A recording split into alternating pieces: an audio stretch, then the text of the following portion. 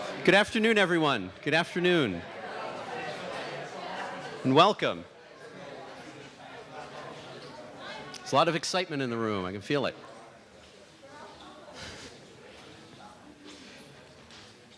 Good afternoon. My name is Arthur Urbano. I'm a faculty member in the Theology Department here at Providence College and chair of the Jewish Catholic Theological Exchange Committee. And on behalf of that committee, which plans these events, and the Theology Department, I'd like to welcome you all to today's talk in our series, Theological Exchange Between Catholics and Jews. The series was inaugurated in 2009 to be a forum for promoting interreligious understanding and engagement with a focus on themes of mutual interest in the Catholic and Jewish traditions. Our aim is to provide an opportunity for Catholics and Jews to learn about and from one another. Last spring, we completed a 3-year series commemorating the 50th anniversary of the landmark document Nostra Aetate. This historic declaration, issued by the Second Vatican Council, marked the Catholic Church's formal entrance into the sacred work of interreligious dialogue and reoriented the relationship between the Church and Judaism. The past 50 years have witnessed an unprecedented era of dialogue, cooperation, and friendship between Jews and Christians. As the celebrations die down, we know that the work has just begun. Cardinal Kurt Koch, president of the Vatican's Council for Promoting Christian Unity, which oversees Catholic-Jewish dialogue, an interesting story in and of itself, which is a discussion for another time, recently remarked that we find ourselves not at the end of a process, but on the threshold of a new era. And as Christians and Jews enter the next 50 years shoulder to shoulder as communities in covenant with God, we remain aware that sadly anti-Semitism is alive and well, that violence and hate in the name of religion bring suffering to innocents and blasphemes against God, and that poverty and injustice are too easily tolerated. As partners in God's work, it is our shared charge to bring repair to a shattered world and to do so together. This afternoon's talk is co-sponsored by the Theology Department and the Center for Catholic and Dominican Studies. These events are made possible by the generosity of our donors, Jews and Christians, several of whom are here this evening, and sincerest and heartfelt thanks to all of you who have made this important work possible. Now, those of you who attend, if you enjoy and learn from these events and are wondering how can I help continue these events, well, you can see me afterwards, or I would refer you to our nice new, well, they're about a year old now, but our shiny brochures on the tables at the end, which has information about the program, and it also has a link to our website. Our fall lecture features a single speaker, normally a religious leader or scholar from the local Jewish community, and it gives those of us who are not Jewish an opportunity to learn more about the beliefs and practices of contemporary Judaism. Our theme for this year's events is covenant, a concept of fundamental importance to Christians and Jews. And our speaker this afternoon is Rabbi Jeffrey Goldwasser. Rabbi Goldwasser has been the rabbi at Temple Sinai in Cranston, Rhode Island since 2014. He is a member of the Board of Rabbis of Greater Rhode Island and serves as the Social Action Chair of the Jewish Alliance's Community Relations Council. He's also on the steering committee of the Rhode Island Interfaith Alliance to Reduce Poverty. And I've had the pleasure of knowing Rabbi Jeff for several years now. He and I regularly co-teach adult education courses at Temple Sinai and also at my parish, Holy Apostles, which is just up the road from Temple Sinai, more or less, but we're neighbors. And it's been a great pleasure knowing him as a friend and teacher for these many years, and it's also a great pleasure for me to introduce him to all of you today. So if you would join me in welcoming Rabbi Jeff.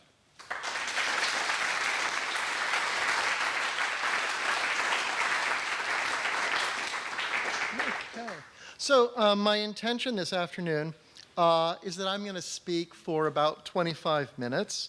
You can never be sure when a rabbi says how long he's going to speak for. It could go on for days. But my intention is to speak for 25 minutes, and then that we'll use the rest of our time to have a conversation.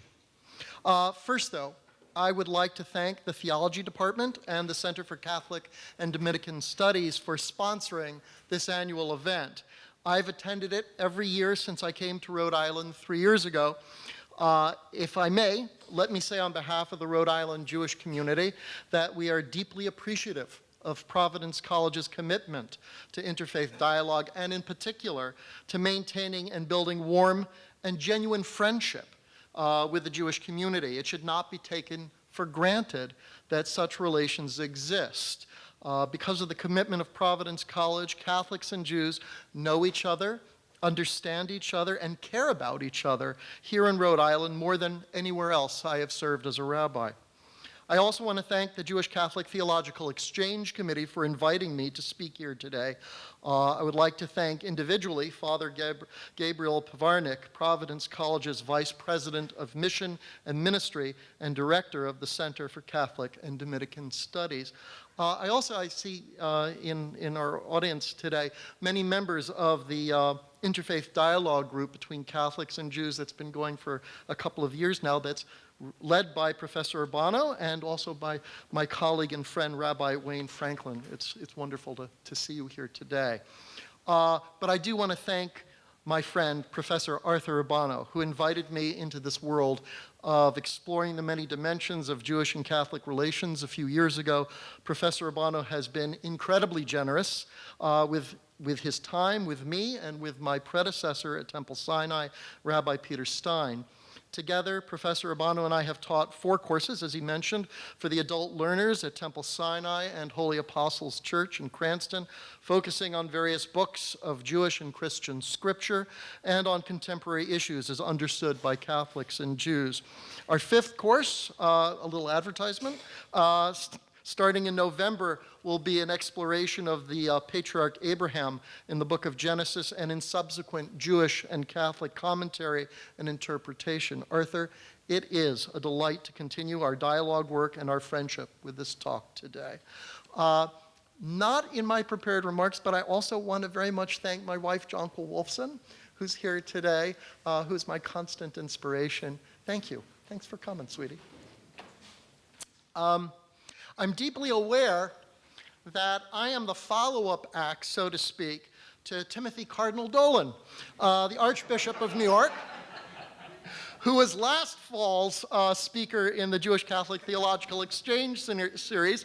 I noticed that you got a smaller room for me than you got for Cardinal Dolan. I greatly admired the Cardinal's talk last year, his warmth toward the Jewish community, and especially his reminder that we are living in a world that deeply yearns to feel God's presence restored to our public discourse. I hope that my talk today is a fitting reflection upon his thoughts and continues the conversation. So, if you invite me into your home for dinner and we break bread together, drink wine, and engage in conversation, you and I have entered into a covenant. It's a mutual agreement that while I am under your roof, you will treat me with kindness and care, and I will accept your hospitality with appropriate grace, good humor, and gratitude. The idea of a covenant, a brit in Hebrew, is deceptive in its apparent simplicity. It's an exchange of kindness and goodwill that is bounded and defined by a complex interaction of rules, written and unwritten, spoken and assumed. It's bounded by social conventions. The bottle of wine that I bring to your door on my arrival and the way that you accept it are part of how we communicate our acceptance of the covenant between us. It's bounded by our personal history and the roles that we play in each other's lives. Our interaction is quite different if we are childhood friends from of old or if we are recent acquaintances. It's quite different if our relationship is primarily about business or pleasure or about our children marrying each other. The context sets the terms of the covenant. Our covenant is also bounded by some legal requirements. While you may say, my home is your home, I'm almost definitely not permitted to pocket your silverware or any other contents of your home uninvited. That legal violation would also be a violation of our brit, our covenant with each other. Most importantly, our brit is bounded by the emotional content of our relationship. That is to say, it is bounded by love. The affection between us is the reason for us coming together in the first place. It is also the reason for our covenant. We want the evening to end with us feeling even closer and kinder to each other than we did before. Love is the background content of everything that happens during the time that we are together.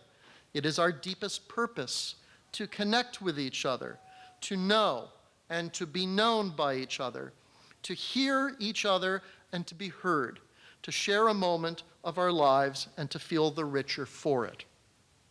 All of these aspects of covenant were part of the social fabric of the ancient Near East. When the ancient Israelites envisioned a relationship with God, covenant, with all of its complexities of social custom, personal history, legalities, and affection, were part of the framework that seemed most fitting for talking about that relationship with God. It allowed them to think of God in some of the diverse ways that God is presented in the Hebrew Bible, as the one who sets norms for morality and law, as the one who has personal relationships with patriarchs, prophets, and kings, and as the one who loves Israel. Just as human beings in a brit with each other want the intimacy of loving friendship, so too we wish that our relationship with God will be one in which God knows us, hears us, and loves us, and in which we will have the merit to know, hear, and love God. The first of the 283 times that the word brit occurs in the Hebrew Bible appears at the end of the story of Noah, which Jews read in last week's Torah portion, and which current atmospheric conditions also calls to mind. The story concludes with God issuing some new rules to humanity forbidding the spilling and eating of blood. In exchange, God promises to never again bring a flood to destroy all life. God sets the rainbow in the sky and says, "It shall be a symbol of the brit between me and the earth." To the rabbis, the covenant of Noah represents a new relationship with God and the entire human race. According to a rabbinic teaching, God had originally planned on ruling the earth solely by the rule of justice. Every violation of God's laws would be met with an equal punishment. However, the episode of the flood taught God that the world could not thus endure, and therefore God made divine mercy precede divine justice. God realized that if every person received the punishment he or she really deserved, none of us would survive more than a moment. For the world to be sustained, God must rule with a balance of justice and love. So how did God come to that realization?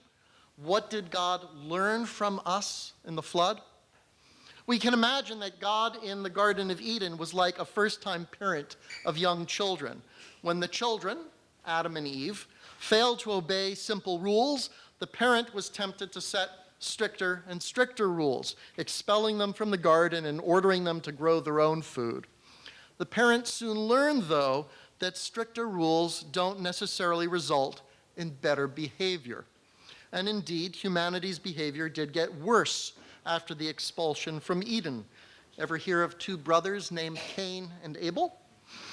By the time we reached the generation of Noah, God was like a parent at the point of exasperation. God was ready to destroy the children and start from scratch. But something happened during the flood. Noah looked up to God from the ark, and God looked down at Noah, and parent and child shared a moment of mutual sympathy and love. When Noah emerged from the ark, parent and child started anew. Noah made an offering to God, and God, who once said, "I must punish the child because the child disobeys," changed to, "I must not punish my child for disobeying because sometimes my child can't help but disobey, and the child who tries deserves my compassion." That is the foundation of a covenant of the heart. It is a meeting built on a complex interaction of rules and compassion, custom and caring. The covenant that God created with Noah was based on allowing humans to be human. God relinquished some power over human beings by agreeing never again to destroy the world. It is based on God's willingness to open eyes, ears, and heart to the shortcomings and limitations of humanity. The fitting emblem for this new relationship was the rainbow, which reached from the earth to the heavens, creating a link between the two.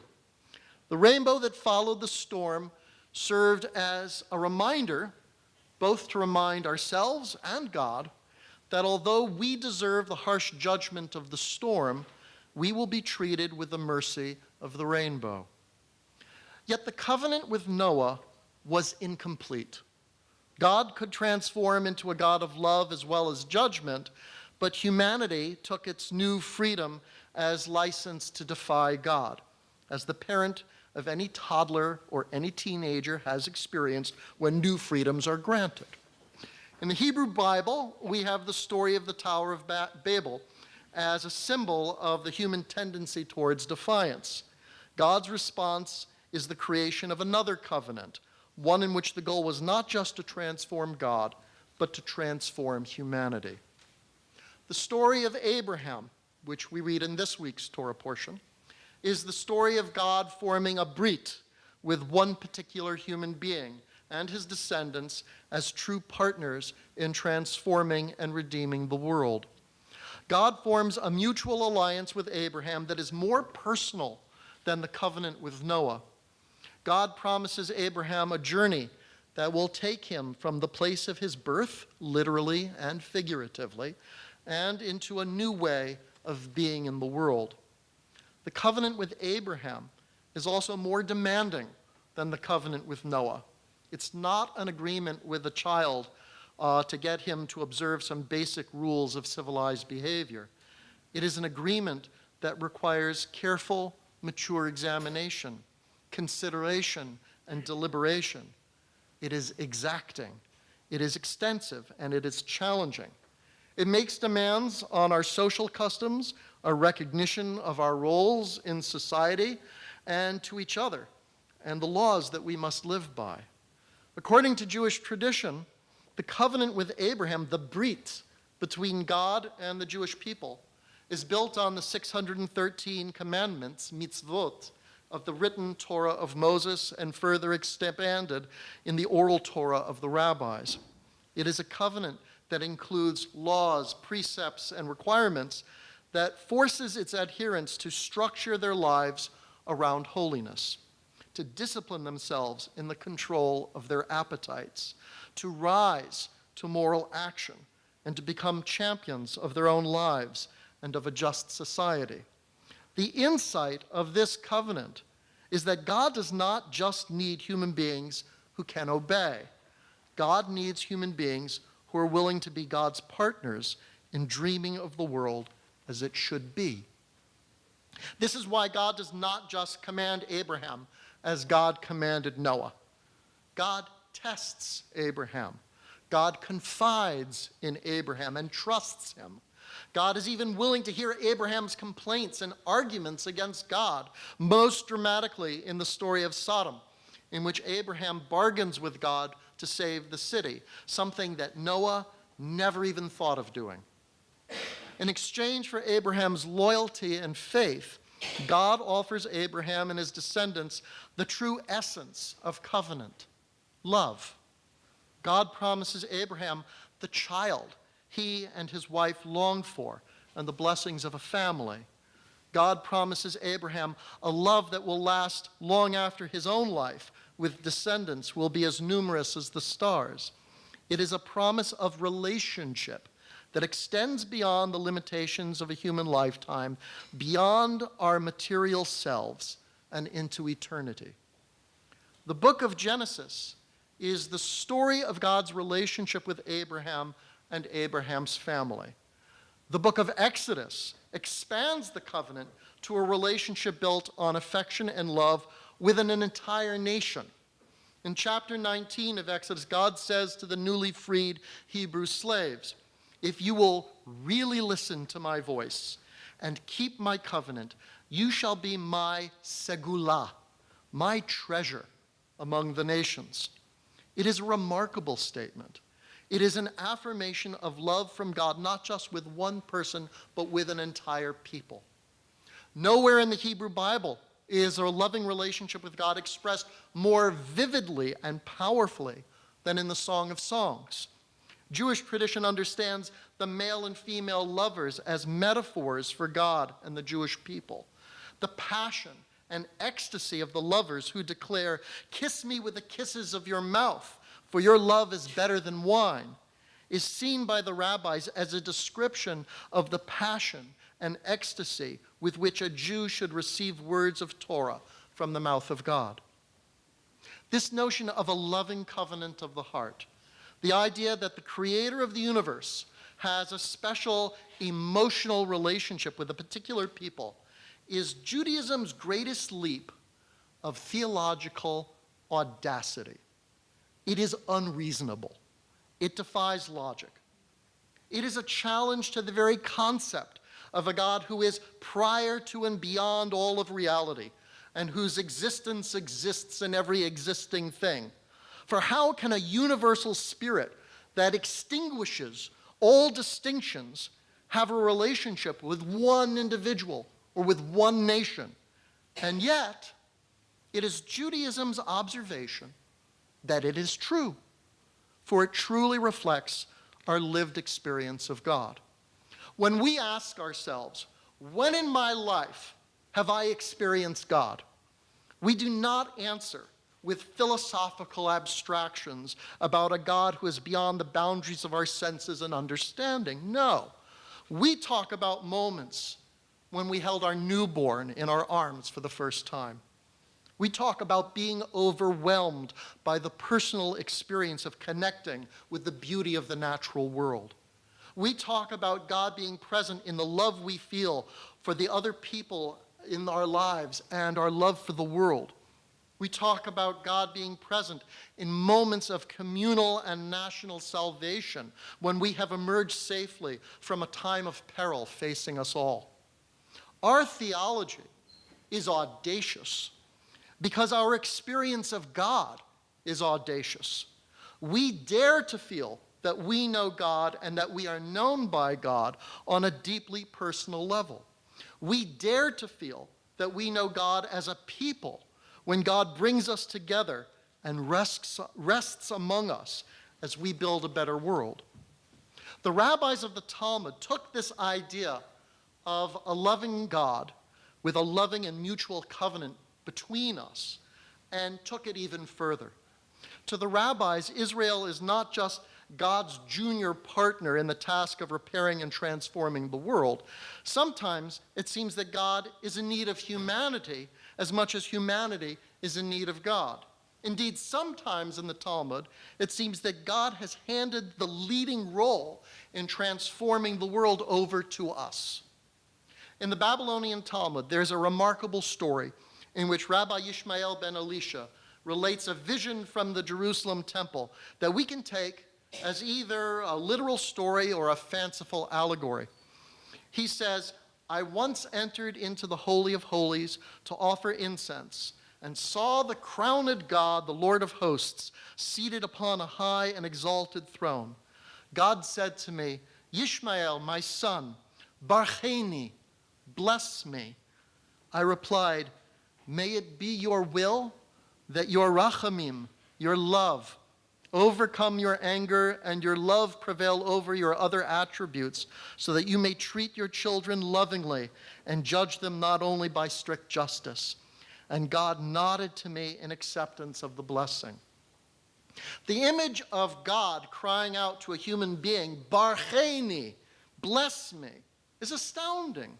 And the image of a rabbi presuming to offer God a blessing is the height of audacity. It inverts our usual assumption about the relationship between heaven and earth, in which we below crave the blessing of God who is above.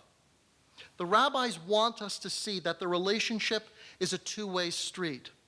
God is as much in need of us as we are in need of God. God is ready to learn from us, just as God learned from Noah. Being in a covenant of the heart with God means the same thing as a covenant of the heart between human beings. We depend on each other, we trust each other, and we long to know and to be known by each other. Another story from the Talmud tilts the nature of the covenant even further in the direction of humanity. The passage known as the Oven of Achnai says that Rabbi Eliezer, the greatest sage of the 2nd century CE, held a legal opinion concerning the ritual fitness of a certain oven about which all the other rabbis disagreed. He made every rational argument he could muster, but no one would accept his opinion. Exasperated by his colleagues' failure to agree with him, Rabbi Eliezer instead used a miraculous demonstration to prove his point. He declared, "If I am right, and the law is according to what I have said, let this carob tree prove it." As the other rabbis watched, a carob tree standing next to Rabbi Eliezer lifted itself out of the ground, moved 100 cubits away, and settled back into the ground. Some say that it was 400 cubits. The rabbi, however, was unmoved. "Rabbi Eliezer, we make laws with logical arguments and majority rule. No proof can come from a carob tree." Undeterred, Rabbi Eliezer said to them, "If the law agrees with me, let this stream of water prove it." Immediately, the stream of water changed its course and began to flow uphill. But the rabbis said to him, "No proof can come from a stream of water either." Again, Rabbi Eliezer said, "If the law agrees with me, let the walls of the house of study prove it." At that moment, the walls began to lean inward as if they were about to fall. Instead of accepting the miracle as divine proof, though, Rabbi Yehoshua turned to the walls and began to yell at them. "When the rabbis are engaged in an argument over the law, what right do you have to interfere? You walls, stay out of it." Out of respect to Rabbi Yehoshua, the walls stopped falling. Yet, out of respect to Rabbi Eliezer, they did not straighten up either. The Talmud says that to this day, the walls are still standing crooked. Finally, using his last and best trump card, Rabbi Eliezer said, "If the law agrees with me, let it be proven by heaven." The rabbis at this point could not have been surprised when a voice came down from heaven and declared, "Why are you arguing with Rabbi Eliezer? Don't you know that the law always agrees with him?" Now, it's one thing to argue with a wall, but how do you argue with the voice of God from heaven? Still, Rabbi Yehoshua stood up and said, "Lo bashamayim hi," it is not in heaven. What did he mean by that? He was quoting a verse from Deuteronomy in which Moses says, "The Torah which I command to you is not hidden from you or far away. It is not in heaven that you should say, 'Who shall go up to heaven and get it for us?' No, it is in your mouth and in your heart to do it." The Torah, argued Rabbi Yehoshua, was given to human beings to understand and interpret. God has ceded to us the role of interpretation. It is no longer in heaven, it is now ours. This is now our end of the Brit, the covenant with God. We are trusted somehow to do the best that we can and to become full partners with God, able, God help us, even to overrule heaven. Make no mistake, we will get it wrong sometimes. The crooked walls of the house of study will be our reminder and warning to maintain some modesty and recognition of our fallibility. But God has made us true partners in the Brit, responsible to find our own way. So how did God respond to the rabbis' usurpation of authority, their audacity to overrule God? The Talmud says that at the moment that Rabbi Yehoshua declared, Lo b'shamayim hi, it is not in heaven, the Holy Blessed One smiled and said, my children have triumphed over me. My children have triumphed over me. That's what you do in a loving relationship, a covenant of the heart. You love, you trust, you relinquish your power over the other. You watch your child grow up, assume new responsibilities, and mature. Sometimes you even smile when they triumph over you. The Jewish understanding of the Brit is that God has invited us in. God welcomes us into God's domain and wants to break bread with us, the bread of knowledge and understanding. God wants to drink deeply of life experiences with us. God is yearning for us, and God wants to know us, not just as we are, but as we yet might be. And God wants us to know God. God wants us to be partners who will speak up and take action when the world is not right. God wants to give us every chance to do our best, despite the fact that we are certain to fail. In the words of Proverbs, God says to us, Tanavni libcha li, my child, give me your heart. Thank you.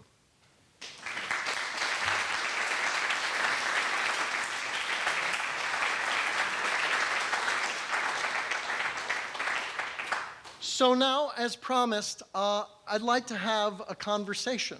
And I have to say, this is very intimidating because I'm not a theologian. I am a simple, humble congregational rabbi.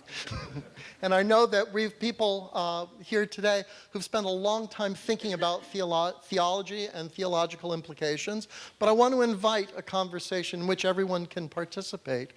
Questions, thoughts, reflections about what covenant means in Judaism, what covenant means to Catholic sensibilities and thought, and how we can learn more about our own traditions by learning about each other.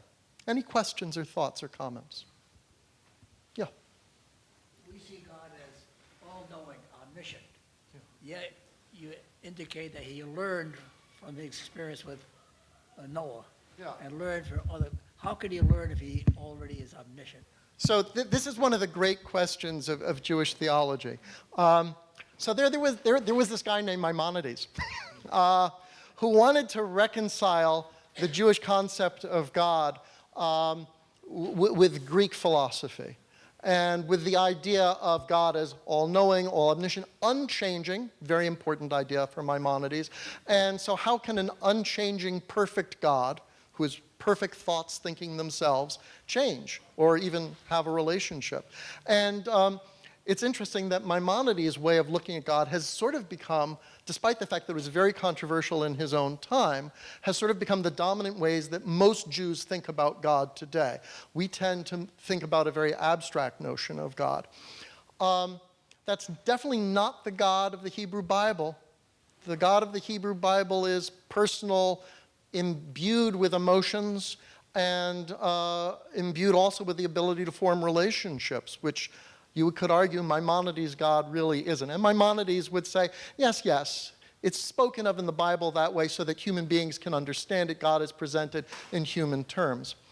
But when it comes to classical rabbinic Judaism, I think the rabbis are sometimes, when it serves their purposes, are leaning in Maimonides' direction of a perfect God, perfect thoughts thinking themselves, but they're also very aware and they're very able to talk about God in those more personal terms.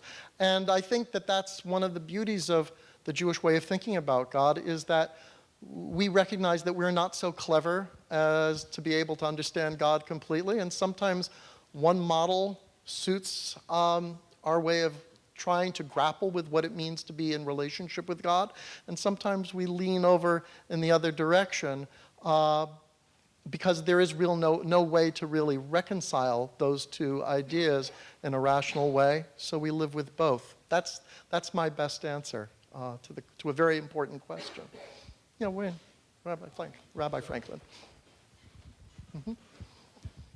So you began by talking about the Jewish understanding of a special relationship between God and the Jewish people, which we believe is a unique relationship. And yet, both you and I and many others here in the room engage in interfaith dialogue and conversations with people who also have a sense that God is in unique relationship with them. Mm-hmm. So how do you wrestle and account for the possibility that others are also in special relationship with God? Okay. I'm not sure that I see anything in Jewish tradition that demands that the Jewish covenant with God has no parallel with any other people. I mean, Judaism is, on the whole, uninterested in what God's relationship is with non-Jews. After all, Judaism is mostly concerned with describing the relationship between God and the Jewish people. But there's certainly the understanding that God is not just the God of the Jewish people, that God is the God of the entire world. So why wouldn't God have a relationship with others? That may be my own conceit, but that's the way I tend to think about it. And I think in the modern context, I mean, throughout Jewish history, the Jewish people have had very good reason to regard non-Jews with great suspicion, and to feel that relationships with non-Jews usually ended badly for the Jews. But I think in the contemporary context, where we live in a pluralistic world and where we live in a world where we discover that the commandment to love one another applies not just to our fellow Jews, but to all of humanity, that there too, we are called upon to be in a covenantal relationship, to love other people by knowing them and being curious about them and wanting to know them and wanting to be known by them. And that it's with that spirit that I see the great merit of the interfaith dialogue work that we do, and even the sensibility that we are somehow commanded to do it, that we are commanded to care about other people, and caring about people involves knowing them and being curious about them and allowing them to be curious about us as well. So just wanted to mention there are microphones on either side of the room, so if you have a question, you can line up there. Otherwise, if it's hard for you to get to the microphone, I could just put your hand up and I can come around with the portable mic. But I think we have a question here. First off, thank you very much for coming tonight. I'm studying to be a Roman Catholic priest, so I really do appreciate your openness and your ability to come out here and speak to this. This is very enlightening, and I thank you very much. It's a pleasure. Thank you. At the Second Vatican Council, the Roman Catholic Church came out with a document that essentially said, to the point of, the same council that brought up Nostra Aetate, also mentioned that you don't necessarily have to be Catholic in order to gain heaven, in the sense that what they were trying to say was that while the sacraments in the Roman Catholic tradition are the best way of gaining heaven, it isn't exclusive. God has the ability to always find ways to bring people to heaven in the eternal beatific vision. But I was curious, what would the Jewish conception then be if it's only the Israelites, and this is kind of going back to you, Rabbi Franklin, if only the Jews are in covenant with God, does that mean anyone else can gain heaven as well? Oh, okay. So let me first, thank you for a really good question. Let me first say that this idea of getting into heaven is a particularly Christian or Catholic way of sort of parsing the universe. It's not, doesn't quite have the same meaning in Judaism as it does in Christianity. So there's kind of a lack of parallelism there. But if the question is, can a person be a good person? Or can a person be in God's graces? Or can a person be positively viewed by heaven without being Jewish? The Jewish answer, by and large, is, oh yeah, in fact, it's easier. You know, Jews are bound by 613 mitzvot. Now, granted that a lot of those mitzvot are no longer operating, you know, and that they have to do with ritual sacrifices that no longer exist, or we don't have the opportunity to participate in them anymore. You know, you can wear a clothing of wool and linen and be a non-Jew, and God doesn't mind at all from a Jewish perspective. And there's certainly within Judaism the idea of righteous people among the non-Jews. And in fact, this is historically one of the reasons why Judaism has, for the most part, been a non-proselytizing religion, because the Jewish position is, they want to be Jewish, they're better off not. That there's no reason why anyone needs to be Jewish. One can be a good person and one can be in the good graces of heaven without being Jewish. So I hope that answers the question. Yeah. Other thoughts, questions? Yeah. I was surprised you didn't talk about Jeremiah 31. Ah. The covenant in the heart, or written with the law of the Torah is written on the heart. Yeah.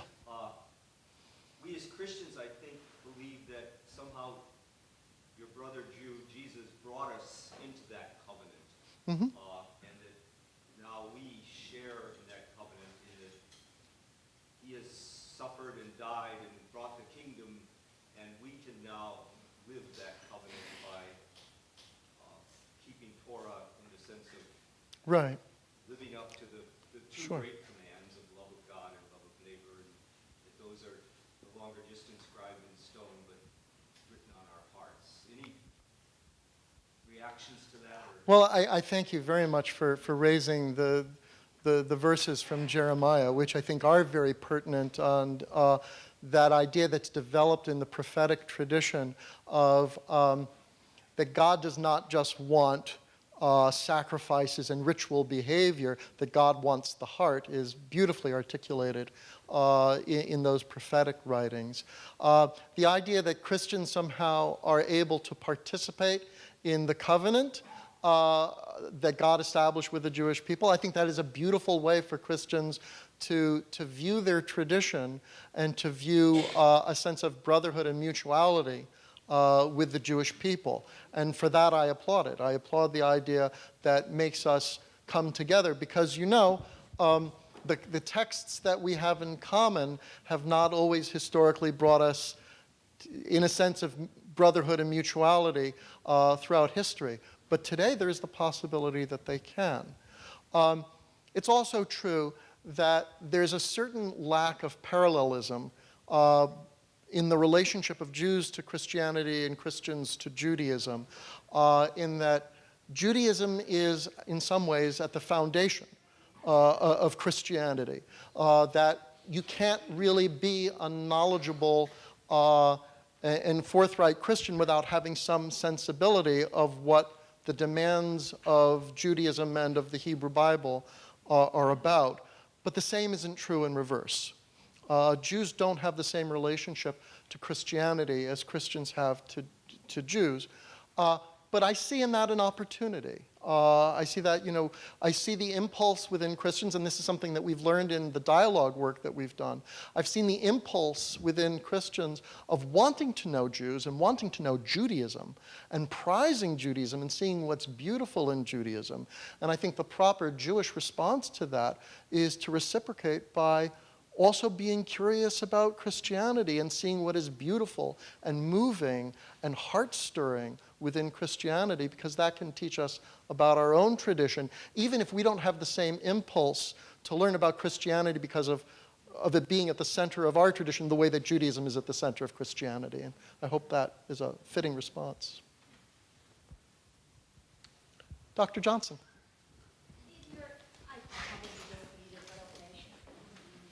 In your quite wonderful talk and in your responses to lots of questions, you've suggested the Jewish God as embodying multiple aspects, and certainly that, for many of us, is one of the most seductive concepts of the Jewish vision of God. And in your lecture, you specifically referred to a God of rachamim, of loving kindness, of mercy. How do we bring that into relationship to what I think is, and please correct me if I'm wrong, what seems to be the dominant notion or concept of God on the part of Christians, which is that of Avinu Malkeinu, a terrifying, authoritative, Old Testament God. One could say, Eicha, how did we get there even? But how do you bring those two into relationship, actually for Christians? Okay. Thank you very much. So I just want to point out that Professor Johnson, in these halls, you are Professor Johnson. Over at my place, you're Cantor Deborah. And it's wonderful to be here in one of your spiritual homes as a guest. So thank you. So you mentioned Avinu Malkeinu, which is one of the most famous prayers of the Jewish High Holy Days and other fasts and festivals over the year, which is a prayer in which Jews call out in humility to God and ask to be saved. In some ways, I think that prayer itself is a beautiful encapsulation of the way that Judaism views God, because it's not just Malkeinu, my king who has power over me, who at a whim could destroy me, which is what the ancients thought of when they thought about kings. Kings are these people who are incredibly powerful over your lives, and if you look at them the wrong way, you could end up dead. But we don't just call God Malkeinu in that prayer, we also call God Avinu, my father, which conveys that idea of intimacy, of love, of family, and of connection. And I think part of the Jewish way of looking at God is to tie them both together, to say that God is both intimate and eminent. God is far away, powerful, far above us, and God is also as close as our closest personal human relationships, that contradiction or that conflict is somehow embodied in that prayer.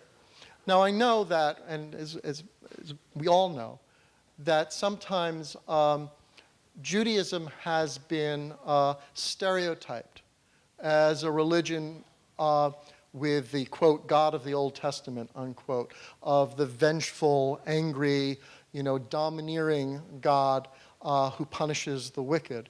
And those images are absolutely there in the Hebrew Bible. But that's not all that's in the Hebrew Bible. There's also the Song of Songs is also part of the Hebrew Bible. The loving, compassionate, caring God who clothes Adam and Eve even after their behavior in the garden, who buries Moses with God's own hands in an act of love. That's also part of the Hebrew Bible. And that the rabbis, because Judaism isn't really just the Hebrew Bible, Judaism is the Hebrew Bible as it is interpreted and understood by the rabbis. The rabbis very much lean much more on the side of the loving God than the domineering and judging God. It's unfortunate that the time of year that we most talk about God as the kind of judging, domineering, king sitting on a throne looking down on us is on Rosh Hashanah and Yom Kippur. So if perchance the only time you ever came to synagogue was on Rosh Hashanah and Yom Kippur, and why anyone would do that I can't imagine, you would get the image that's the God of Judaism. But the God of Judaism, the God of the rabbis, is much more of the loving God. Now, in its development, it may have served the rhetorical purposes of Christianity or of some Christians to stereotype Judaism as the religion of the angry, vengeful, domineering, and punishing God, and Christianity as the religion of the loving, forgiving, merciful God. But we should be beyond that. We should be at the point that we recognize that both of these traditions embrace both images of God. That we recognize that God can't be God if God doesn't stand for justice. That God's teachings of morality mean nothing if God is powerless to enforce laws of morality. And so both traditions have that aspect of God as being a God who punishes, and a God who sets standards, and a God who is angered by people who don't live according to those standards. And both traditions also embrace the idea of a loving, merciful, and forgiving God. Yeah. Other questions? And I'd We also have one encourage right our there. students. Oh, you just We'll get students have dibs. Students have dibs. Any students have any questions? This gentleman was about to ask a question. Right here. Okay. Okay, thank you. Just to expand on, actually, from the previous question, to take a different tack, from a Jewish perspective, God repents, he accedes to humans, he learns, he changes. How does God change, in your perspective, but still remain the immutable, all-powerful God? Yeah, well, that's the big theological question that Judaism or the rabbis at some point just kind of shrug and says, can't explain it, but that's the way it is. Sorry. The word that I used to describe that in my talk was that it was audacious. You could also say, in some ways, although I know this word has a different meaning in a Catholic context, it's scandalous, right? It's how can you believe these two contradictory things at the same time? But I think that that's at the heart of the way that we think about God, as God being completely beyond us and completely beyond our ability to even conceive, and yet somehow intimate in our experience. Why do we believe that? Because it's our experience. Because that's how we live our lives.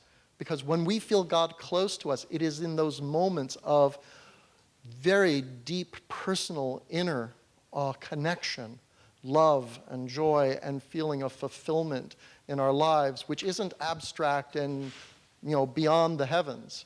And so we have to think of God as being both. Well, first of all, I'd just like to thank you for your beautiful talk. It's eye-opening for me, really, because I was in a reading group recently, or last year, where we were looking at a new translation of the Pentateuch, Robert Alter's translation. And one thing that struck me was we were looking in Exodus at a passage where the Lord looks with favor on Moses and says, "You are my intimate friend." That's what it says in my Christian Bible, anyway. Okay. That's not what it said in this translation. And a Jewish scholar who was in the room said, well, in the Christian tradition, especially the mystical tradition, there is a tradition of thinking that God can be sort of your personal friend. You can have a deep bond of friendship with God one-on-one. And this Jewish scholar said, well, that's not really the way that a Jew would look at it. It's more that God has a loving relationship with the people and not with individuals. But I'm wondering if you would disagree with that. I think so.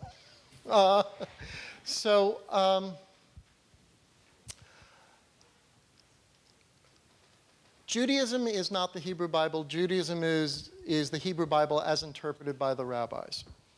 So if you look just at the Hebrew Bible, you would say that God's primary relationship is not with any one particular human being, save from the prophets and the patriarchs, but God's relationship is communal. That's certainly the way that God's relationship is described, beyond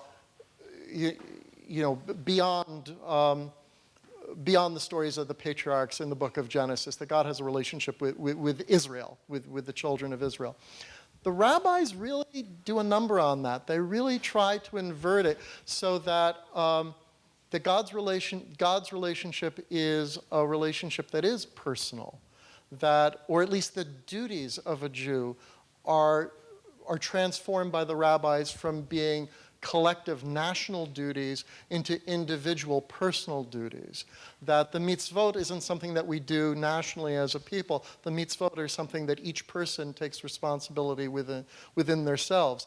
The great example of that is the way the rabbis completely transformed the meaning of Yom Kippur, which, if you look at that holiday, as it's described in the Hebrew Bible, it's a day of, national preparation for Sukkot, for the great festival of booths, and probably in ancient times was practiced by the spiritual or ritual cleansing of the temple as a national act, and that the offerings that were made, the scapegoat ritual and so on, were performed on national levels. And the rabbis transform it into a day which is about personal atonement, which is about each person weighing their own individual actions and coming to their own personal reconciliation with their past behavior and with God.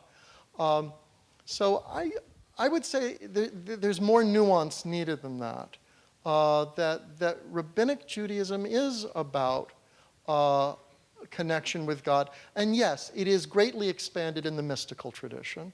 Yes, Jewish mysticism, Kabbalah, and later by Hasidics, the great Hasidic teachers, do talk more, are more at ease with talking about a personal, loving relationship with God. But I think it's also part of the normative Jewish way of looking at our relationship. We recite the Song of Songs on Friday night. You know, it's part of the normal, canonical way of traditional Jews of relating to God on Shabbat is to begin Shabbat with that notion of this great, intimate, personal relationship with God. I think we might have time for one more. Yeah. Okay. Very personal relationship, and I'm thinking of the evangelical Christians as a similar one. But in the older tradition, it seems like there's a very important concept of the relationship being through the church, the church being necessary. Right. Whereas it doesn't seem that Judaism really needs the temple right now as much. It seems like Well, it's more personal than the older Catholic tradition. that's a really, so I would have to know more about the history of Christian thought to really be able to give an answer, but it's an interesting insight. Judaism grieves for the loss of the temple. Judaism mourns the lack of that sense of kind of national intimacy with God, of a place where the entire nation comes together to know God. But the temple really does represent that kind of national relationship rather than an individual relationship with God. And part of the innovation of rabbinic Judaism, which is moving away from the temple as the center of worship and moving more towards the house of study and the synagogue, is more about the individual relationship.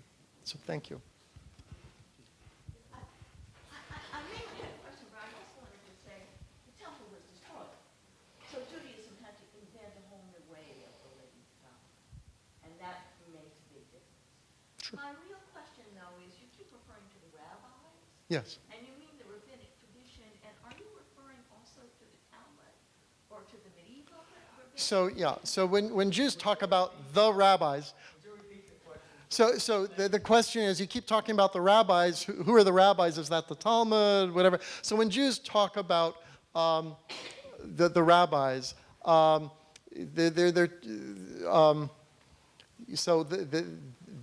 the Hebrew term that we often use is Hazal, you know, our rabbis of blessed memory, the rabbis who are the authors of the Talmud, the rabbis who gave us the Midrash, the early rabbis that we look back to.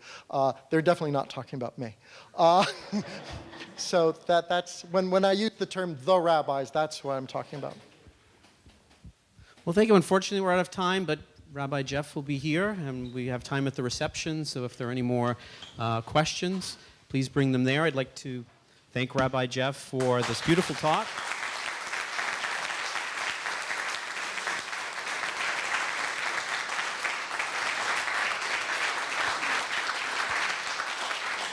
Which is really a beautiful reflection on covenant and intimacy and love.